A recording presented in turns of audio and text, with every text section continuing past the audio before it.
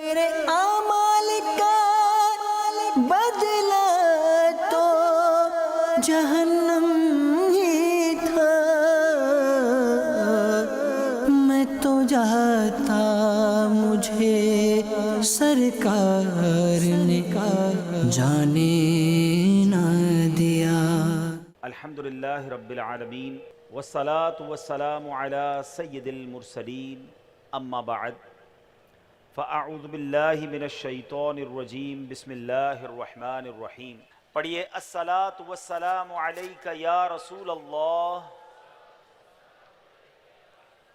وعلی آلک واصحابک یا حبیب اللہ۔ الصلاة والسلام علیک یا نبی اللہ وعلی آلک واصحابک یا نور اللہ۔ درود پاک پڑھنے کے بے شمار فضائل و برکات ہیں۔ بڑی خوبصورت حدیث پاک ہے نبی پاک علیہ الصلوۃ والسلام کی۔ ہم سب کے دلوں میں کچھ نہ کچھ تمنائیں ہوتی ہیں، ڈیزائرز ہوتی ہیں، خواہشات ہوتی ہیں، اور تمنا یہ ہوتی ہے وہ پوری ہو جائے۔ آؤ آج میں بتاتا ہوں، نبی پاک علیہ الصلوۃ والسلام نے ایک فارمولہ دے دیا ہے، ایک زبردست طریقہ بتایا ہے کہ جس سے ہماری آرزوئیں، ہماری خواہشات، ہماری تمنائیں پوری ہو سکتی ہیں۔ سرور کائنات علیہ الصلوۃ والسلام نے فرمایا من صلی علی فی یوم 100 مرۃ، جس نے روزانہ مجھ پر 100 مرتبہ درود بھیجا، قضى اللہ لہ 100 حاجۃ، اللہ تبارک و تعالیٰ اس کی 100 حاجتیں پوری فرمائے گا۔ 100 درود، 100 حاجتیں۔ ہم تو 2-3 حاجتیں پھر ایسے پھنسے ہوئے ہیں کہ وہ کام سیدھے ہو جائیں تو پتہ نہیں کتنے بڑے معاملے حل ہو جائیں گے۔ 100 حاجتیں۔ اچھا پھر کرم نوازی دیکھو، اللہ کریم ہے نا، بندوں پر مہربان ہے، وہ زیادہ جانتا ہے، بہتر جانتا ہے کون سی چیز ہمارے لیے کتنی ضروری ہے۔ تو پھر آقا فرماتے ہیں 70 منہا لآخرتہ و30 منہا لدنیا۔ آقا فرماتے ہیں ان میں 70 آخرت کی اور 30 دنیا کی حاجات ہوں گی۔ دنیا میں 30 حاجتیں پوری ہو جائیں گی اور آخرت کی 70 حاجتیں پوری ہوں گی۔ اور کرنا کیا ہے، محنت کیا کرنی ہے، کوشش کیا کرنی ہے، صرف 100 بار درود پاک پڑھنے والے کو یہ اجر ملتا ہے۔ تو اے میرے میٹھے اسلامی بھائیوں، چلتے پھرتے اٹھتے بیٹھتے آج کل سوشل میڈیا پہ گھنٹوں ہمارے وقت گزر رہے ہیں، اس سے بچیے اور درود پاک اپنی زبان پر جاری رکھیے۔ پھر دیکھیں انشاءاللہ، بلکہ میں سچ بتاؤں، اگر کوئی ایسا میرا بھائی بیٹھا ہے نا جو پریشان ہے، بیمار ہے، قرضے میں ڈوبا ہوا ہے، کسی ڈیفیکلٹی میں ہے، گھر میں پرابلم ہے، طبیعت ٹھیک نہیں ہے، آپ یقین کریں، آپ درود پاک کا وظیفہ شروع کر دیں اور پڑھتے رہیں بس۔ آپ اپنی آنکھوں کے سامنے دیکھیں گے کہ چیزیں آسان ہونا شروع ہو گئی ہیں، طبیعت بہتر ہونا شروع ہو گئی ہے، بوجھ ہلکا ہونا شروع ہو گیا ہے، ٹینشن فارغ ہونا شروع ہو گیا ہے۔ مسئلہ یہی تو ہے کہ پرابلم میں، مشکل میں ہم سب کو یاد کرتے ہیں، سب کے پاس جاتے ہیں، نہیں پکارتے تو اپنے رب کو نہیں پکارتے، اللہ کے حبیب علیہ الصلوۃ والسلام پر درود نہیں پڑھتے۔ تو اپنی عادت بنائیں، اور درود پاک تو کب کب کس کس کو کام آیا ہے۔ اگر میں یہ کہوں نا کہ میری اور آپ کی دنیا میں آمد کا ایک سبب بھی ہم سب کی جو تخلیق ہوئی ہے، ہمارے جد امجد کون ہیں، ہم کس کی اولاد ہیں؟ حضرت آدم علیہ السلام کی۔ اچھا ماشاءاللہ، حضرت آدم یعنی ہماری امی حضور پھر کون ہوئی؟ بی بی حوا۔ ماشاءاللہ اتنا تو پتہ ہے نا۔ حضرت آدم اور بی بی حوا کا رشتہ کیسے ہوا آپ کو پتہ ہے؟ یہ نکاح کیسے ہوا، یہ رشتہ ہوا، یہ جوڑا بنا تو یہ سلسلہ بنی آدم شروع ہوا نا، اولاد شروع ہوئی، اور بڑھتے بڑھتے بڑھتے آج ہم سارے دنیا میں آ گئے۔ ہمیں آدمی کہا کیوں جاتا ہے؟ ہم حضرت آدم علیہ السلام کی اولاد ہیں نا۔ اب آؤ بتاتا ہوں، یہ پہلا نکاح، یہ پہلا رشتہ، یہ پہلا جو جوڑا بنا وہ کیسے بنا؟ سبحان اللہ۔ اب اس کے بارے میں یہ آتا ہے کہ جب علامہ نبہانی رحمۃ اللہ تعالی نقل کرتے ہیں کہ جب اللہ عز و جل نے حضرت آدم علیہ السلام کو پیدا کیا، انہوں نے آنکھیں کھولی تو عرش پر اسم محمد صلی اللہ تعالی علیہ وسلم لکھا ہوا دیکھا۔ حضرت آدم کے دنیا میں آنے سے پہلے ہی میرے آقا کا چرچا ہے، نبی پاک کا نام عرش پر لکھا ہوا ہے۔ اب عرض کی اے میرے رب، کیا مجھ سے بڑھ کر بھی تیری بارگاہ میں کوئی عزت والا ہے، معزز ہے؟ حضرت آدم اللہ سے پوچھ رہے ہیں۔ ارشاد فرمایا ہاں، یہ نام تیری اولاد میں سے ایک نبی علیہ الصلوۃ والسلام کا ہے جو تجھ سے بڑھ کر میرے یہاں معزز ہے۔ حضرت آدم سے کہا جا رہا ہے کہ تجھ سے بڑھ کر میرے ہاں معزز ہیں، اگر وہ نہ ہوتے تو میں نہ آسمانوں کو پیدا کرتا، نہ زمین کو، نہ جنت کو، نہ جہنم کو۔ پھر جب اللہ عز و جل نے ان کی پسلی سے حضرت حوا رضی اللہ تعالی عنہا کو پیدا کیا تو آدم علیہ السلام نے انہیں دیکھا، ایسی مخلوق جس کے مشابہ کوئی اور مخلوق نہ تھی۔ اللہ عز و جل نے حضرت آدم علیہ السلام میں خواہش بھی پیدا کی تو انہوں نے عرض کی الہی یہ کون ہیں؟ فرمایا حوا رضی اللہ تعالیٰ عنہ۔ عرض کی مولا میرے ساتھ جوڑا بن جائے۔ ارشاد ہوا تم اس کا مہر ادا کرو۔ عرض کی مولا مہر کیا ہے؟ ارشاد فرمایا اس نام والے پر 10 مرتبہ درود بھیجنا ہے، جس کا نام عرش پہ دیکھا ہے نا، اس کے نام پر 10 بار اس نام والے پر درود بھیجو۔ تو کہا اے اللہ میں نے ایسا کر لیا تو کیا میرا جوڑا ہو جائے گا؟ میرا جوڑا بن جائے گا؟ فرمایا ہاں۔ اب حضرت آدم علیہ السلام نے 10 بار درود پاک پڑھا اور یہ مہر بنا حضرت آدم علیہ السلام اور بی بی حوا رضی اللہ تعالیٰ عنہ کے درمیان جوڑا بننے کا رشتہ ہوا۔ اور اس کے بعد یہ ساری کائنات میں جو ہم دنیا میں آئے تو گویا پتہ چلا کہ وجہ تخلیق کائنات، یہ تو اس حدیث سے بھی پتہ چل گیا کہ نبی پاک علیہ السلام کے لیے یہ کائنات بنائی گئی۔ اور سبحان اللہ حضرت آدم علیہ السلام کا جو بی بی حوا سے جوڑا بنتا ہے اس کا مہر بھی نبی پاک پر درود پڑھنا ہے۔ اب سوچئے کب سے نبی پاک پر درود بھیجا جا رہا ہے، کب سے میرے آقا کا چرچا ہے۔ اللہ اکبر۔ شاعر لکھتے ہیں نا کہ یہ کائنات بنائی کیوں گئی، اتنی سجائی کیوں گئی، سبحان اللہ۔ وہ کہتے ہیں کہ خدا کیوں نہ کرتا آرائشیں بزم امکا میں، خدا کیوں نہ کرتا آرائشیں دنیا کے ساما میں، تمہیں دولہا بنا کے بھیجنا تھا بزم امکا میں۔ یہ ساری کائنات ہی سجائی گئی ہے نبی پاک علیہ السلام کے لیے۔ مولانا حسن ادا خان صاحب لکھتے ہیں نا کونین بنائے گئے سرکار کی خاطر، کونین بنائے گئے سرکار کی خاطر، کونین کی خاطر تمہیں سرکار بنایا، ایسا تجھے خالق نے طرح دار بنایا، یوسف کو تیرا طالب دیدار بنایا۔ حضرت آدم علیہ السلام نے جب یہ سوال کیا ہوگا، ذرا امیجن کریں کہ یا اللہ مجھ سے بڑھ کر بھی کوئی تیرے یہاں عزت والا ہے، تو بتایا کیا گیا ہے تیری اولاد میں، آنا تیرے بعد بظاہر ہے مگر تجھ سے بھی زیادہ عزت والا ہے۔ سیدی اعلیٰ حضرت امام اہل سنت بڑا پیارا شعر لکھتے ہیں کہ جب سے حضرت آدم علیہ السلام کو یہ پتا چلا کہ میری اولاد میں کوئی ایسی شخصیت نے بھی آنا ہے جو رب کے یہاں اتنا مقبول ہے، تو اس کی یاد میں حضرت آدم علیہ السلام گویا گم رہا کرتے۔ سبحان اللہ۔ سیدی اعلیٰ حضرت لکھتے ہیں کہ حضرت آدم علیہ السلام کیا کہا کرتے کہ ظاہر میں میرے پھول ہیں، حقیقت میں میری اصل۔ بعد میں آنے والا تنے کے تنا جو ہے اس کے بعد پھول آتا ہے نا، کہتے ظاہر میں تو میرے پھول ہیں، حقیقت میں میری اصل، اس گل کی یاد میں یہ صدا ابو البشر کی ہے۔ ابو البشر کہتے ہیں حضرت آدم علیہ السلام کو، وہ اس وقت بھی نبی پاک کو یاد کرتے تھے کہ ایک پھول نے آنا ہے، لیکن باغ سجایا اسی کے لیے گیا ہے، ساری کائنات سجی اسی کے لیے ہے۔ سیدی اعلیٰ حضرت لکھتے ہیں نا کیا خوبصورت بات لکھتے ہیں، انہی کی بو مایہ سمن ہے، انہی کا جلوہ چمن چمن ہے، انہی سے گلشن مہک رہے ہیں، انہی کی رنگت گلاب میں، آقا ہی کا سب کچھ ہے، انہی کا سب یہ سجایا ہوا، ان کے صدقے سے یہ ساری کائنات بنی ہے۔ اللہ بس نبی پاک کا سچا غلام بنا لے، آقا اپنی غلامی میں قبول فرما لے، نبی پاک کا ذکر زبان پر جاری ہو جائے۔ فضول باتوں سے بچاؤ اپنے آپ کو، نکلو ان فضول باتوں سے، اپنی زبان کو ذکر و درود سے تر رکھو۔ انشاءاللہ اگر یہ زبان درود پڑھتی رہی تو ضرور نبی پاک رحمت کی نگاہ فرمائیں گے۔ اپنے غلاموں پر وہ بڑے مہربان ہیں۔ اور یاد رکھو امیر اہل سنت لکھتے ہیں نا آپ عطار کیوں پریشان ہیں، عاشقوں پر تو وہ مہرباں ہیں، ان پہ رحمت وہ خاص کرتے ہیں جو مسلمان سلام کہتے ہیں۔ آپ سلام کہیے تو صحیح، درود پڑھیے تو صحیح، پھر دیکھو کیسے پھر مہربانی ہوتی ہے۔ تو اب نیت کرتے ہیں انشاءاللہ، اب تو ویسے بھی رجب کا مہینہ، پھر شعبان، پھر رمضان، مبارک مہینے آ گئے ہیں کہ اب کثرت سے درود پاک پڑھیں گے انشاءاللہ۔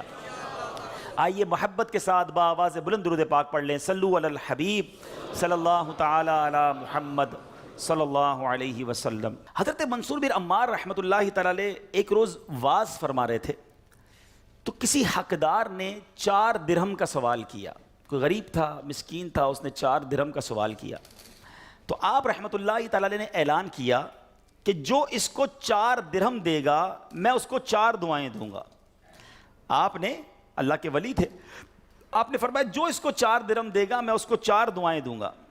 اس وقت ایک غلام گزر رہا تھا، خود بھی غریب تھا، مگر اللہ کے ولی کی ایک ایسی شاندار آواز سنی کہ 4 دعائیں ملیں گی، تو اس نے کیا کیا، اپنے پاس اس کے 4 درہم تھے، وہ اس نے غریب کو دے دیے، اس سائل کو دے دیے۔ تو حضرت نے کہا کہ اب بتاؤ کون سی 4 دعائیں کروانی ہیں؟ کہ حضرت پہلی دعا تو کر دیں کہ میں غلامی سے آزاد کر دیا جاؤں، غلام ہوں، غلامی سے میری آزادی ہو جائے۔ نمبر 2، مجھے ان درہم کا بدلہ بھی مل جائے، 4 درہم دے تو دیے، مجھے اس کا بدلہ بھی مل جائے۔ تیسری دعا حضور یہ کر دیں مجھے اور میرے آقا کو توبہ نصیب ہو جائے۔ چوتھی دعا یہ کر دیں کہ میری، میرے آقا کی، آپ کی اور تمام حاضرین کی بخشش ہو جائے۔ 4 بڑی پیاری دعائیں کروا لی اس نے جناب۔ اب آقا کے پاس جب وہ غلام پہنچا تو آقا کہتا اتنی دیر کیوں ہو گئی، کدھر رہ گئے تھے بھائی، کہیں کام سے بھیجا تھا اتنا لیٹ؟ کہتا ہے حضور ایسا ایسا ماجرا ہوا، راستے میں حضرت منصور اللہ کے ولی وہ کہہ رہے تھے جو 4 درہم دے دے میں 4 دعائیں کروں گا، میں نے تو 4 درہم دی اور 4 دعائیں کروا کے آیا ہوں۔ کہا اچھا بتاؤ دعائیں کون سی تھیں؟ پہلی دعا بتاؤ۔ کہا حضور میں نے پہلی دعا تو کی کہ اللہ مجھے غلامی سے آزاد کر دے۔ آقا کہتا ہے جا تو غلامی سے آزاد ہے۔ پہلی دعا فوراً قبول ہو گئی نا، پہلے آقا کو دعا سنائی، آقا کہتا ہے جا تو غلامی سے آزاد۔ کہا بتا دوسری دعا کون سی کروا کے آیا؟ کہا حضور دوسری دعا میں نے یہ کی کہ جو 4 درہم میں نے دیے ہیں مجھے اس کا بدلہ مل جائے۔ غریب آدمی تھا ظاہر ہے۔ تو آقا نے کہا کہ میں نے تجھے 4 درہم کے بدلے 4000 درہم دیے۔ ارے بھائی واہ بھائی، تیسری دعا بتا کون سی کروا کے آیا؟ کہا حضور تیسری دعا میں نے کی کہ مجھے اور میرے آقا کو گناہوں سے توبہ کی توفیق نصیب ہو۔ یہ سنتے ہی آقا واقعی آقا تھا، اس کی زبان پر استغفار جاری ہو گیا، کہنے لگا یا اللہ میں اپنے پچھلے سارے گناہوں سے توبہ کرتا ہوں۔ کہا بتا چوتھی دعا کیا کروائی تھی؟ کہا حضور چوتھی دعا یہ تھی کہ آپ کی یعنی میرے آقا کی، میری اور تمام حاضرین اجتماع کی مغفرت ہو جائے۔ یہ سن کر آقا نے کہا 3 باتیں تو میرے اختیار میں تھیں، وہ میں نے کر لیں، چوتھی میرے ہاتھ میں نہیں ہے، مغفرت کرنا تو اللہ کا کام ہے نا۔ اسی رات آقا نے خواب میں کسی کہنے والے کو سنا کہ جو تمہارے اختیار میں تھا وہ تم نے کر دیا، اور میں ارحم الراحمین ہوں، میں نے تمہیں، تمہارے غلام کو، منصور بن عمار کو اور تمام حاضرین کو بخش دیا ہے۔ کیا بات ہے، کیا بات ہے، سبحان اللہ ہیں۔ یہ میرے میٹھے اسلامی بھائیوں، یہ واقعہ جو ہے یہ کتنی زبردست موٹیویشن ہے کہ ہمیں نہیں پتا ہوتا، کسی غریب کی مدد کر کے، کسی محتاج کی مدد کر کے، کسی پریشان حال بندے کی مدد کر کے ہم کبھی کبھی ایسی دعا لے لیتے ہیں کہ ہمیں اندازہ بھی نہیں ہوتا، اور وہ ایسی دعا دے دیتا ہے کہ بگڑی بن جاتی ہے، مشکلیں ٹل جاتی ہیں۔ یہ دعائیں لینے والے بنیے، اللہ کی راہ میں خرچ کریں گے۔ آج واقعی میں صحیح بتا رہا ہوں، تو یہ بعض اوقات ایک کیفیت ہوتی ہے انسان کی کہ جب انسان کسی کی مدد کرتا ہے یا کوئی ایسا کام کرتا ہے جس سے کسی کے دل سے دعا نکلتی ہے، اور یہ تو اللہ کے ولی تھے نا، انہوں نے ہاتھ اٹھا کر یہ 4 دعائیں کی، تو سیکھنے کو یہ ملا کہ بعض اوقات اللہ کی راہ میں خرچ کر کے ہم وہ حاصل کر سکتے ہیں جو برسوں میں حاصل نہیں کر سکتے، وہ نعمتیں، وہ برکتیں حاصل ہو جاتی ہیں، وہ پریشانیاں دور ہو جاتی ہیں۔ کیونکہ روایتوں کا مضمون ہے کہ صدقہ بیماریوں کو ٹالتا ہے، صدقہ برائی کے 70 دروازے کو بند کرتا ہے، صدقہ بلا کو نیچے نہیں اترنے دیتا۔ ایک بڑی بات یاد رکھیے گا، ہمیں نہیں پتا ہوتا، ہم صبح اٹھتے ہیں مثال کے طور پہ اور کوئی بلا آنے والی ہوتی ہے، حدیثوں کا مضمون ہے جب انسان صدقہ دیتا ہے نا تو بلا اوپر سے اترتی ہے، صدقہ جا کے اسے روک لیتا ہے، انٹرسیپٹ کرتا ہے، اور یہ لڑائی جاری رہتی ہے، صدقہ بندے پر بلا اترنے نہیں دیتا۔ اب بعض اوقات کیا ہوتا ہے، کئی لوگ ہوں گے جو بیانات بھی سنتے ہیں، کتابوں میں بھی پڑھتے ہیں کہ اللہ کی راہ میں 1 خرچ کرو 10 ملتا ہے۔ اب وہ ہو سکتا ہے مسجد میں ڈبے میں 100 روپے ڈالیں اور شام دکان پہ انتظار کر رہے ہوں کہ ابھی تک 1000 روپے بنے نہیں ہیں۔ مولانا صاحب نے تو کہا تھا 1 کا 10 ہو جائے گا، کسی فقیر کو 10 روپے دیے انتظار کر رہے ہیں، 100 روپے کہاں ہے بھائی، ملٹی پلائی بائی 10 ہو کے ملنا چاہیے تھا۔ تو ہم صرف مالی فائدہ سوچ رہے ہیں۔ میں آپ سے پوچھنا چاہتا ہوں، آپ نے اللہ کی راہ میں خرچ کیا 1000 روپے، 10,000 روپے یا 1,00,000 روپے، اور اب آپ منتظر ہیں کہ ملٹی پلائی ہو جائے، لیکن کیا معلوم آپ کے گھر میں آگ لگنے والی تھی، کیا معلوم آپ کا روڈ پر ایکسیڈنٹ ہونے والا تھا، کیا معلوم آپ کا بچہ جو باہر کھیل رہا تھا اس پر کوئی خطرناک بلا آنے والی تھی، مگر آپ نے جو صدقہ دیا اس سے وہ بلا ٹال دی گئی۔ مجھے بتاؤ وہ 1000 کا 10,000 ہونا اچھا تھا یا ہم پر اتنی بڑی بلا کا ٹلنا اچھا تھا؟ تو ہمیشہ اللہ کی راہ میں صدقہ دیجئے، آپ یقین کریں آپ خوشحال ہو جائیں گے، آپ کی مشکلیں آسان ہوں گی۔ مگر دوبارہ وہی بات کروں گا کہ نیت اچھی ہو، صدقہ دیتے وقت، خرچ کرتے وقت، کسی کی مدد کرتے وقت احسان نہ جتانا. یاد نہیں تجھے تیرے بچے کی شادی میں نے کرائی تھی؟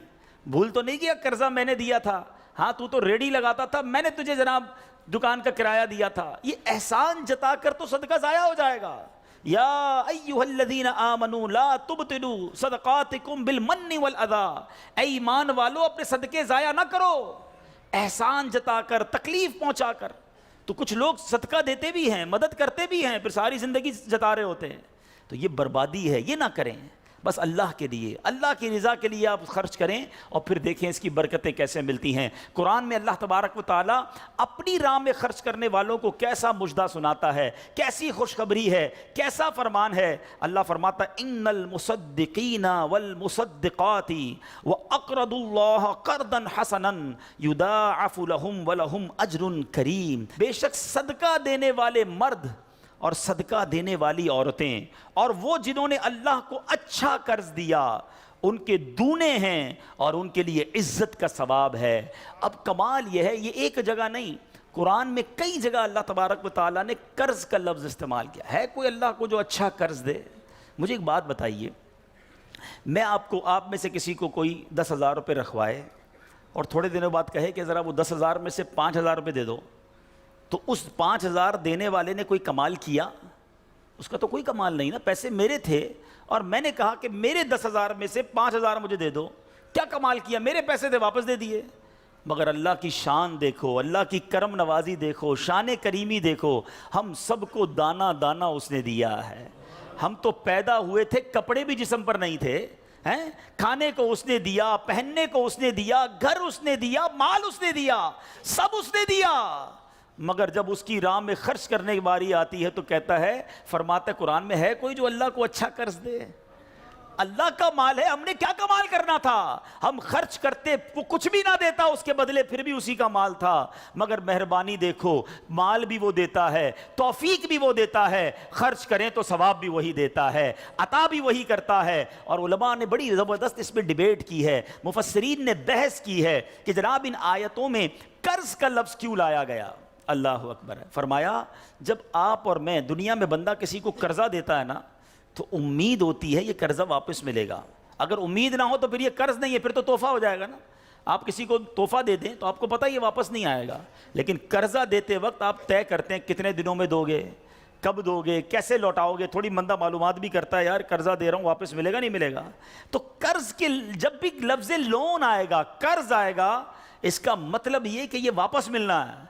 تو اللہ نے قرآن میں گویا وعدہ فرما لیا ہے کہ تم جو میری راہ میں خرچ کرتے ہو, یہ اللہ کو قرض دینا ہے, یہ تمہیں واپس ملے گا, یہ لوٹایا جائے گا اور زیادہ دیا جائے گا. تو ہمیں اللہ کی راہ میں خرچ کرتے وقت یہ ذہن رکھنا چاہیے. سبحان اللہ. اب بانٹنے سے کیا گھٹتا ہے؟ بڑی خوبصورت حدیث پاک ہے, ذرا سمجھیے گا.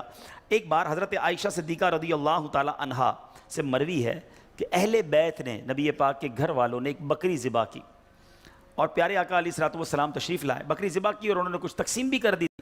حدیث کا مضمون ہے, نبی پاک آئے اور ارشاد فرمایا کہ اے عائشہ کیا بچا ہے؟ بکری کو کاٹا تھا, تقسیم کی, کیا بچا ہے؟ عرض کی گئی کہ حضور کاندھے کے سوا کچھ نہیں بچا ہے. کاندھے کا گوشت بچا لیا گیا ہوگا, باقی بانٹ دیا. نبی پاک نے ایک جملے میں ساری بات سمجھا دی, اگر آپ سمجھ جائیں. آقا نے فرمایا عائشہ کاندھے کے سوا سب بچ گیا ہے. بات آ رہی ہے سمجھ میں؟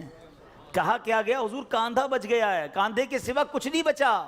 اور نبی پاک نے فرمایا کاندھے کے سوا سب بچ گیا ہے, یعنی جو بٹ گیا ہے وہ بچ گیا ہے. یہ ذہن بنا لو کہ آج میں نے اور آپ نے جو اللہ کی راہ میں خرچ کیا وہی بچا ہے, ورنہ باقی تو ہم کھا کے ختم کر دیں گے نا. اگر ہم مر جائیں گے تو یہ پیسے تو بچوں کے وراثت میں چلے جائیں گے. میرے لیے کیا بچا ہے؟ میرے لیے وہی بچا ہے جو میں نے آگے بھیج دیا ہے, جو بانٹ دیا ہے, جو خرچ کر دیا ہے. عقل اگر آ جائے ہمیں, اللہ کرے کہ ہمیں اس بات کی سمجھ آ جائے کہ آج اگر خوشحالی ہے, آج اگر مال جیب میں ہے, بینکوں میں پڑا ہے, گھر خالی پڑے ہیں, یہ خالی پڑے رہ جائیں گے اور میں دنیا سے چلا جاؤں گا. اگر میں چاہتا ہوں یہ آخرت کے اکاؤنٹ میں جمع ہو جائیں, میں یہ پیسہ لے کر جنت میں جاؤں اور اس پیسوں کے بدلے جنت کی نعمتیں کما لوں, تو مجھے یہاں یہ اللہ کی راہ میں خرچ کرنا پڑے گا. اور یہ بات میں نہیں کہہ رہا, آپ اور میں یہاں رہنے والے بھی, یہاں بھی کمیٹی ڈالی جاتی ہوگی, BC ہوتی ہوگی, کہ تھوڑے تھوڑے پیسے جس میں جمع ہوتے ہیں اور وقت پر مل جاتے ہیں، انسان کمیٹی ڈالتا ہے کہ یار کبھی برے وقتوں میں کام آئے گی، بچی کی شادی میں کام آئے گی. ایسا ہوتا ہوگا نا آپ کے یہاں بھی. اب میں آپ کو حدیث قدسی سناتا ہوں. حدیث قدسی ہے جس کا مضمون ہے، اے ابن آدم اپنا مال میرے پاس جمع کرا دے. اللہ فرماتا ہے اے ابن آدم اپنا مال میرے پاس جمع کرا دے، نہ جلے گا، نہ ڈوبے گا، نہ کم ہوگا. میں تجھے اس دن لوٹاؤں گا جس دن تجھے ایک ایک نیکی کی ضرورت ہوگی. Security deposit. یہ بعض اوقات جو مسجد میں ہمارے آگے سے ڈبہ جاتا ہے نا، یا کبھی کوئی اسلامی بھائی جھولی لے کے بیٹھے ہوتے ہیں، یہ جب جیب سے آپ پیسے نکال کے ڈالتے ہو نا، اس وقت ذہن بناؤ کہ یہ جا نہیں رہا، یہ جمع ہو رہا ہے میرے آخرت کے اکاؤنٹ میں. اور ڈال دوں یار، ابھی آج کل پیسے اچھے ہیں، تھوڑے اور ڈال دوں جمع ہو جائے، ادھر ملے گا. تو جب بھی آپ کے دن اچھے ہوں، یقین کریں جب آپ کے ہاتھ کھلا ہو، آپ کو لگتا ہے یار اللہ نے بڑا نوازا ہوا ہے، تو فوراً آخرت کے لیے سوچیں. جیسے ہی زیادہ پیسے آتے بندہ سوچتا ہے نا یار آج کل اچھے پیسے ہو گئے، کوئی اچھی جگہ پر گھر لے لیتے ہیں، چلو بچوں کو لے کے کہیں سیر کرانے جاتے ہیں. آپ اپنے پیسے کو دنیا میں انجوائمنٹ کے لیے جب یوز کر رہے ہیں تو اسی پیسے کو آخرت کی انجوائمنٹ کے لیے، آخرت کی لگزریز کے لیے، آخرت کی نعمتوں کے لیے استعمال کرنے کا ذہن بنائیں اور دیتے چلے جائیں. میں یہاں ایک مشورہ بھی دینا چاہوں گا بالخصوص میرے بزرگوں کو، اللہ نے جن کو نوازا ہے، بلکہ میں کہتا ہوں تھوڑے پیسے بھی ہیں نا، یہ میرا مشورہ یاد رکھ لو. اور یہ امیر علیہ سنت نے ایک بار مدنی مذاکرے میں بھی فرمایا تھا. ہم نے الحمدللہ تحدیث نعمت کے لیے عرض کرتا ہوں، الحمدللہ میری والدہ مرحومہ نے، میرے والد صاحب نے، میں نے خود بھی، ہمارے گھر والوں نے، ہم نے اس طریقے پر عمل کیا اور اس کی برکتیں پائی ہیں. تو اچھی نیت سے میں آپ کو بتاتا ہوں کہ ہم دیکھیں دنیا میں ہیں، ٹھیک ہے، ہم نے بہت سارے ایسے جنازے پڑھے ہیں، ایسے سویم میں بھی گئے ہیں، 40ویں میں بھی گئے ہیں، اور جا کے ہم نے مرحوم کے بچوں کو کہا ہے کہ دیکھیں آپ کے ابو جان چلے گئے دنیا سے، کروڑوں روپے چھوڑ کر گئے ہیں، آپ کے ابو نے کتنا کیا آپ کے لیے، اب آپ اپنے ابو کے لیے کچھ کیجئے، کوئی مسجد بنائیے، کوئی مدرسہ بنائیے، کوئی کنواں کھدوائیے، اپنے والد کو ثواب پہنچائیے. تو وہ بیٹا جس کے لیے باپ نے زندگی گزار دی، کروڑوں اربوں روپے چھوڑ کر گیا، وہ کہتا ہے ابھی تو ہاتھ بڑا ٹائٹ ہے، تو ابھی بعد میں کریں گے، تو بعد میں دیکھ لیں گے. اور ہم دیکھتے ہیں اس کے بعد مرحوم کے لیے بظاہر کچھ نہیں کیا جاتا. تو آج مجھے اور آپ کو اپنی فکر خود کرنی ہے. اگر آپ نے پیسے کمائے ہیں نا، آپ نے مکان بنائے ہیں، آپ نے جائیدادیں بنائی ہیں، تو اپنی فکر خود کیجئے. اس کے دو طریقے ہیں. ایک طریقہ اپنی زندگی میں ہی انہوں نے ماشاءاللہ یہ مسجد بنا دی، مدرسہ بنا دیا، بہت اچھی بات ہے، یا تو یہ کر لیں. اور اگر یہ نہیں کر پا رہے تو دوسرا طریقہ بتاتا ہوں جو بڑا آسان ہے. وہ یہ ہے کہ انسان کو شریعت نے یہ اختیار دیا ہے کہ آپ اپنی وصیت کر جائیں، اور وصیت میں 30% آپ وصیت کر سکتے ہیں کہ آپ کے چھوڑے گئے مال میں سے 30% کسی نیکی کے کام میں خرچ کر دیا جائے، آپ کے لیے صدقہ جاریہ کے لیے خرچ کر دیا جائے. بھائیوں والا مشورہ ہے، آپ عمل کریں نہ کریں، کہ اگر زندگی میں یہ وصیت کر دیں کہ میرے مرنے کے بعد جو بھی میرا مال بچے گا اس میں سے 30% جو ہے وہ دعوت اسلامی کو یہ کہہ کر دیا جائے کہ میرے لیے صدقہ جاریہ کے لیے مسجد، مدرسہ، جامعہ، کوئی ایسا کام کر دو کہ قیامت تک مجھے ثواب ملتا رہے. مجھے بتاؤ مرنے کے بعد آپ کا مال 70% تو بچوں کے لیے بچے گا نا، 30% تو اپنے ساتھ لے جاؤ، اپنی جنت بنا لو. ورنہ ہوتا یہ ہے کہ ساری زندگی والد نے محنت کی، محنت کرتے کرتے بوڑھا ہو گیا، لاکھوں کروڑوں روپے کی جائیدادیں چھوڑ کر گیا، اور مرنے کے بعد خاندان میں کوئی ایصال ثواب، کوئی خرچ کرنے کے لیے تیار نہیں ہے. تو دو چیزیں یاد رکھیں، ایک تو زندگی ہی میں اپنے لیے ثواب جاریہ والے کام کر لیں. اللہ کی رحمت سے دعوت اسلامی ساری دنیا میں مسجدیں بنا رہی ہے ماشاءاللہ. ایسے کئی کام ہو رہے ہیں جو قیامت تک چلنے والے ہیں. آپ اپنی زندگی میں اپنے لیے وہ کام کر لیجئے. اور اگر ایسا نہ بھی کر سکیں اور کر بھی لیا ہو تو وصیت کرنے میں تو کوئی حرج نہیں ہے کہ مرنے کے بعد تو میرا مال میرے پاس رہنا ہی نہیں ہے، تو کیوں نہ وہ میرے ساتھ جنت میں مجھے کام آ جائے. اور آج بھی صدقہ کیسی کیسی پریشانیوں اور بیماریوں کو دور کرتا ہے. اللہ اکبر. ایک اور ایمان افروز واقعہ سناتا ہوں کہ ایک بار حضرت عیسیٰ علیہ نبینا علیہ الصلوۃ والسلام کے زمانے میں ایک دھوبی تھا جو لوگوں کے کپڑے آپس میں تبدیل کر دیتا تھا، یعنی لوگوں کے کپڑے ملا دیتا. لوگ بڑے پریشان تھے اس سے. تو لوگوں نے حضرت عیسیٰ علیہ الصلوۃ والسلام کو اس کے متعلق بتایا. تو آپ نے اللہ عز و جل کی بارگاہ میں دعا کی کہ اے اللہ اس کو ہلاک فرما دے. اللہ کے نبی نے ایک ایسے شخص کے لیے دعا کی کہ یا اللہ اس کو ہلاک کر دے، تیرے بندے اس سے بڑے پریشان ہیں. ایک روز وہ دھوبی بالکل اسی معمول میں نکلا. اس کے پاس 3 روٹیاں تھیں ایک سائل آیا، ایک فقیر آیا اور اس نے کہا کہ اللہ کے لیے مجھے روٹی دے دو. تو آپ نے اس دھوبی نے ایک روٹی اس سائل کو دے دی. سائل نے دعا دی کہ اللہ تعالیٰ تجھ سے آفات سماویہ کا شر دور کر دے، آسمانی بلاؤں کو دور کر دے. دھوبی بڑا متاثر ہوا، بڑی پیاری دعا دی. ایک اور روٹی بھی دے دی. اس سائل نے دعا دی کہ اللہ تعالیٰ تجھے جملہ آفتوں سے محفوظ رکھے. اس نے تیسری روٹی بھی دے دی. اب اس سائل نے دعا دی اللہ تجھے توبہ کی توفیق عطا فرمائے. اب اس دوران ایک بڑا سانپ اس کی گٹھڑی میں داخل ہو چکا تھا، کیونکہ حضرت عیسیٰ نے دعا کی تھی اس کو ہلاکت کی. ایک بڑا سا سانپ جو ہے اس کی کپڑوں کی گٹھڑی میں داخل ہو چکا تھا. جب دھوبی نے کپڑے لینے کا ارادہ کیا تو اس سانپ نے اسے ڈسنا چاہا. ایک فرشتے نے اسی وقت سانپ کو لوہے کی لگام ڈال دی اور دھوبی سلامتی کے ساتھ واپس آ گیا. لوگوں نے حضرت عیسیٰ علیہ السلام سے کہا کہ یا روح اللہ، آپ نے دعا کی تھی، یہ بندہ تو ایسے ہی ہٹا کٹا گھوم رہا ہے، بالکل ٹھیک، کچھ مسئلہ ہی نہیں ہوا اس کے ساتھ، سلامت. تو آپ نے اس دھوبی کو بلایا، بتا تو نے کون سی ایسی بھلائی کی ہے، میں نے تیری ہلاکت کی دعا کی اور تو بالکل سلامت گھوم رہا ہے. وہ کہتا حضور میں نے 3 روٹیاں صدقہ کی ہیں. اتنے گناہ، اتنی خطائیں، سارا شہر پریشان، مگر جب صدقہ کیا 3 روٹی کا، آپ نے اس سانپ سے پوچھا کہ تو نے قتل کیوں نہیں کیا، تیری تو ڈیوٹی تھی نا. تو سانپ کہتا ہے اے اللہ کے نبی، اللہ نے آپ کی دعا تو قبول فرما لی، مجھے ہلاک کرنے کے لیے بھیج بھی دیا، مگر جب اس دھوبی نے ایک سائل کو صدقہ دیا تو ایک فرشتے نے مجھے لوہے کی لگام ڈال کر روک لیا. اب وہ دھوبی بھی سارا واقعہ سن رہا تھا کہ اتنے گناہ ہیں، سامنے ایک چھوٹا سا صدقہ کیا، میری ہلاکت رک گئی. اس دھوبی نے بھی توبہ کر لی، اپنے گناہوں سے تائب ہو گیا. کیا سیکھنے کو ملا؟ صدقہ بلاؤں کو ٹالتا ہے، صدقہ مصیبتوں کو ٹالتا ہے، صدقہ عمر میں برکت لاتا ہے. ایک بار حضرت داؤد علیہ نبینا علیہ الصلوۃ والسلام کے پاس ایک شخص تھا اور وہ حضرت ملک الموت آئے اور اس کو بڑا گھور کے دیکھنے لگے. تو تھوڑی دیر کے بعد ملک الموت تو چلے گئے. تو آپ نے اس شخص نے کہا کہ حضور یہ کون تھا جو مجھے گھور رہا تھا؟ آپ نے کہا ملک الموت تھے. ملک الموت سے پوچھا کہ تم کیوں گھور رہے تھے؟ کہا کہ یہ بندے کی اب 3 دن زندگی رہ گئی ہے، اب 3 دن کے بعد یہ دنیا سے چلا جائے گا. تھوڑے دن ہوئے تو وہ بندہ گھوم رہا ہے، پھر رہا ہے آپ کے سامنے. ملک الموت آیا، آپ نے کہا تم نے تو کہا تھا 3 دن میں اس کی روح قبض کرنی، یہ تو بالکل ٹھیک ہے، کوئی مسئلہ ہی نہیں. کہا حضور 3 دن ہی باقی تھے، میں نے روح قبض کرنے پہنچنا تھا. جس دن پہنچنا تھا اس دن یہ بندہ گھر سے باہر نکلا.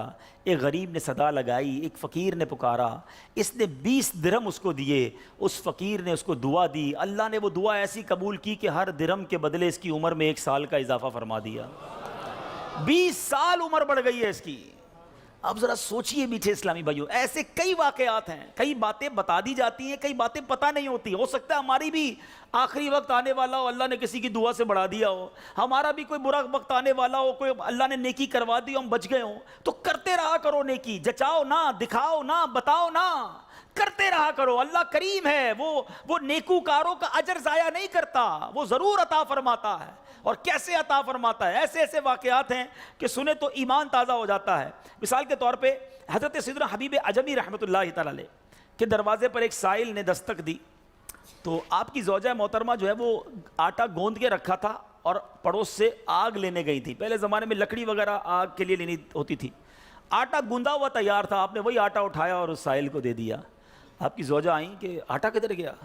کہ غریب آیا تھا، اس کو ضرورت تھی، میں نے گوندا ہوا آٹا دے دیا. بولے بہت اچھا کیا، مگر ہم نے بھی تو کھانا ہے نا، ہمارے لیے تو کچھ نہیں چھوڑا، آپ نے سارا ہی دے دیا. اب تھوڑی دیر ہوئی تو کیا ہوتا ہے کہ دروازے پر دستک ہوتی ہے. ایک بندہ ایک بہت بڑا تھال لے کر پکی ہوئی روٹیاں بھی لاتا ہے اور سالن بھی لاتا ہے. آپ اپنی زوجہ سے کہتے ہیں دیکھ لو، دیا آٹا تھا، روٹیاں بھی پک کے آ گئیں، ساتھ سالن بھی آ گیا ہے. تو یہ بلیف ہوتا تھا، اللہ والوں کا یقین ہوتا تھا کہ یہ خرچ کیا ہے، یہ ملنا ہی ملنا ہے. اللہ کرے کہ ہم اللہ کی راہ میں بس خرچ کرنے والے، صدقہ دینے والے، اللہ کی راہ میں دل کھول کر خرچ کرنے والے بن جائیں. ڈھونڈیے آپ کے پڑوس میں کوئی پریشان ہوگا، تلاش کیجئے آپ کے رشتہ داروں میں کوئی غریب پریشان ہوگا، آپ کے دوستوں میں پریشان ہوگا. اچھا ایک اور بات بتاؤں، جو واقعی صحیح معنوں میں سفید پوش ہوتے ہیں نا، وہ بولتے نہیں ہیں کسی کو. آپ کہیں گے یار کسی دوست نے تو کچھ مدد مانگی نہیں ہے، رشتہ دار تو کوئی آیا ہی نہیں گھر پہ، پڑوسی نے تو کبھی کچھ نہیں کہا. وہ کہیں گے نہیں. آپ ڈھونڈیے، تلاش کیجئے. جنت میں گھر چاہیے نا، ہیں مثال دیتا ہوں آپ کو، کوئی یہ کہے کہ جناب کسی پریشان حال کو ڈھونڈ کر 1000 روپے دو اور اس کے بعد فلاں بینک سے 1 لاکھ روپے لے لو، تو پھر پریشان حال فوراً مل جائے گا. سیدھا سیدھا ابھی ڈھونڈتا ہوں جناب 1000 کیوں، 2000 دوں گا تو 2 لاکھ نہیں ملیں گے. تو بندہ یہ کہے گا نا، تو آپ کو سامنے نفع نظر آئے تو سب پریشان حال بھی مل جائے گا. اللہ کے بندوں جنت میں محل کا وعدہ ہے، ڈھونڈیے نا. آپ کے غریب رشتہ دار پریشان ہوں گے، کسی کی بچی کی شادی ہونے والی ہوگی، کوئی بیچارہ گھر میں اچھا کھانا نہیں کھاتا ہوگا، چلے جائیں اس کے گھر اور اس کی کچھ مدد کر کے آئیں. اور ایک اور بات بھی بتا دوں، بعض اوقات جب یہ پریشان حالوں کی پریشانیاں دور کرنے کی بات ہوتی ہے نا، تو بندہ سمجھتا ہے یار یہ پیسے سے ہی دور ہوگی، میں تو ہوں ہی غریب. تو یہ بھی نہیں ہے، ہر پریشانی پیسے سے دور نہیں ہوتی. اگر پریشانیوں کا حل پیسہ ہوتا تو دنیا میں کوئی مالدار پریشانی نہ ہوتا. اس کو پریشانی آتی، پیسے خرچ کرتا، پریشانی دور کر دیتا. ایسا نہیں ہے. ہر پریشانی کا مداوا، ہر پریشانی کا سولوشن پیسہ نہیں ہے. آپ کو یہ نہیں کہا گیا کہ جو مالی مدد کرے گا اسے جنت میں محل دیا جائے گا. جو کسی مسلمان کی پریشانی دور کرے، بعض اوقات حوصلہ دینے سے پریشانی دور ہو جاتی ہے، ہمت دلانے سے پریشانی دور ہو جاتی ہے. یار گھبرانا نہیں، میں تمہارے ساتھ ہوں، ٹینشن مت لینا، میں بیٹھا ہوں. بیمار ہے، اس کے گھر چلے گئے، تھوڑی دیر اس کے ساتھ بیٹھے، اسے ڈاکٹر کے پاس لے گئے. کسی کا بیچارے کا کوئی معاملہ ہے تو ساتھ جا کر وہ معاملہ حل کروا دیا. یہ کبھی کبھی کچھ اچھے میٹھے بول بھی پریشانی دور کر دیتے ہیں. لیکن ہمیں اچھے بول بھی تو آنے چاہیے، مسکرانا بھی تو آنا چاہیے، حوصلہ دینے بھی تو آنا چاہیے. سیدی اعلیٰ حضرت امام اہل سنت کمال کی بات لکھتے ہیں. آپ فرماتے ہیں شربت نہ دیں نہ دیں، کریں بات لطف سے. شربت نہیں پلانا، نہ پلاؤ، اچھی بات تو کر لو یار. شربت نہ دے نہ دیں، کریں بات لطف سے. یہ شہد ہو تو پھر کسے پرواہ شکر کی ہے. بعض اوقات مسکرا کر مل لینا بندے کے دکھ دور کر دیتا ہے. چند اچھی باتیں. ہمیں آ کر کوئی کہتا نا یار بڑی بیمار ہوں، پریشان ہوں، اچھا چلو ٹھیک ہے یار اب کل سے ٹائم پہ آ جانا. ارے اللہ کے بندے، اس نے اپنی پریشانی بتائی، تھوڑا اس سے ہمدردی تو کریں. اچھا کیا ہو گیا، خیر تو ہے، کیسے بیمار ہو گئے، ڈاکٹر کو دکھایا کہ نہیں، میری ضرورت ہے تو بتائیں، کوئی کام ہو تو بتائیں. آپ نے پیسے دیے ان 5 جملوں میں؟ نہیں دیے نا، مگر کیا بتاؤ اس کا درد کم نہیں ہو گیا ہوگا، اس کو حوصلہ نہیں مل گیا ہوگا. یاد رکھو میٹھے اسلامی بھائی، یہ جو الفاظ ہیں نا، ہماری باتیں ہیں، یہ الفاظ زخم پر مرہم کا کام بھی کرتے ہیں اور یہی الفاظ زخم پر نمک کا کام بھی کرتے ہیں. ہم بعض اوقات کسی کے زخموں پر نمک چھڑک دیتے ہیں. وہ پریشان ہے، تکلیف میں ہے، مصیبت میں ہے، اور اس کو ایسا جملہ کہہ دیتے ہیں کہ اس کی پریشانی بہت بڑھ جاتی ہے. اور کبھی کبھی چند اچھے جملے انسان کا غم بھلا دیتا ہے. اللہ کے واسطے اچھا بولنا سیکھیے، نرم ہو جائیے، شفیق ہو جائیے. مثال کے طور پہ کوئی بندہ آیا کہ یار اسکوٹر کا ایکسیڈنٹ ہو گیا، اور میں نے تو پہلے ہی پتا تھا تیرا ایکسیڈنٹ ہونا ہے، تو چلاتا ہی صحیح نہیں ہے، پہلے ہی تیزی سے چلاتا ہے. کیوں چلاتا ہے اسکوٹر جب چلانے نہیں آتی؟ اب بتاؤ بندہ کہ یار ایکسیڈنٹ بھی ہوا ہے، اس کے باتیں بھی سنوں میں، تو یہ زخم پر نمک ہو گیا نا. آپ یہ باتیں بعد میں سمجھا لینا کہ یار تیز مت چلایا کرو، مگر ابھی تو حوصلہ دیں، ابھی تو بیچارے کی طبیعت پوچھیں، ابھی تو اس کی پریشانی دور کریں. تو ایسی بہت ساری مثالیں ہیں کہ جب بھی ہمارے پاس کوئی پریشان حال آئے نا، تو اس سے اچھی بات کریں، حوصلہ دیں، پریشانی دور کریں. تو انشاءاللہ میں بھی کوشش کرتا ہوں، آپ بھی کوشش کریں کہ انشاءاللہ رجب میں ضرور کسی کی پریشانی دور کریں گے انشاءاللہ. اب یہ سینکڑوں اسلامی بھائی یہاں بیٹھے ہیں، ہم سب ایک ایک کی پریشانی دور کریں گے تو ہزاروں مسلمانوں کی پریشانیاں دور ہو جائیں گی نا. یہ اسلام کی بیوٹی ہے، یہ اسلام کی خوبصورتی ہے کہ مسلمان کی مدد کرے، اس کی پریشانی دور کرے. مالی پریشانی ہے تو دور کریں، جسمانی پریشانی ہے تو دور کریں. بعض اوقات فقط مورل پریشان ہوتا ہے، اکیلا ہوتا ہے، تنہا ہوتا ہے، مایوس ہو گیا ہوتا ہے، آپ اٹھا دیں اسے، ہمت دے دیں، وہ اگلا کھڑا ہو جاتا ہے. تو ہمیں یہ کام کرتے رہنا چاہیے. تو بہرحال آج کے اس مختصر سے بیان میں جو میں نے چند باتیں قرآن و حدیث کی روشنی میں، بزرگان دین کے واقعات کی روشنی میں آپ کو بتائیں کہ اللہ کی راہ میں خرچ کیجئے، دل کھول کر خرچ کیجئے. صلو علی الحبیب صلی اللہ تعالی علی محمد صلی اللہ علیہ وسلم. میرے اعمال کا بدلہ تو جہنم ہی تھا، میں تو جاتا مجھے سرکار نے جانے